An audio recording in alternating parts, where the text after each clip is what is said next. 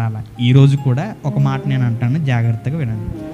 అమ్మ, రోగాలు పోతే రండి అని చేసే ప్రసంగాలు ఎక్కువ ఉంటాయా, మీరు పరలోకానికి వెళ్ళండి అమ్మ అనే ప్రసంగాలు ఎక్కువ ఉంటాయా? ఏముంటున్నాయి ఈ రోజులు గమనించండి. నేను అంట, రోగంతో చచ్చిపోయినా పరలోకం ఉందేమో కానీ పాపంతో చచ్చిపోతే, రోగంతో చచ్చినా పరలోకం ఉందేమో కానీ పాపంతో చచ్చిపోతే లేదు. అసలు పొరపాటున అవకాశము లేనే లేదు. ఇప్పుడు చెప్పండి, ఈ దేహానికి ఇప్పుడు నేను ఇలా ఉన్నాను, మాట్లాడుతూ రోగాలతో చచ్చిపోయాం అనుకోండి, కానీ భక్తిని కాపాడుకుంటే రోగం మన జీవితంలో ఉన్నా పరలోకం మనకు ఉంటుందా?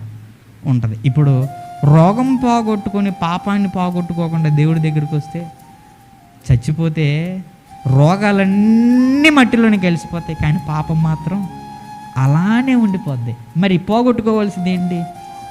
పాపాన్ని పోగొట్టుకోవాలి లేదా? ఇప్పుడు పాపాన్ని పోగొట్టుకోవాలంటే అద్భుతాల మీద ప్రసంగాలు కాదు మనం వినాల్సిందే. సత్యవాక్యం ఎక్కడ వినబడుతుందో ఆ మనల్ని బలపరిచే మాటలను మనం ఖచ్చితంగా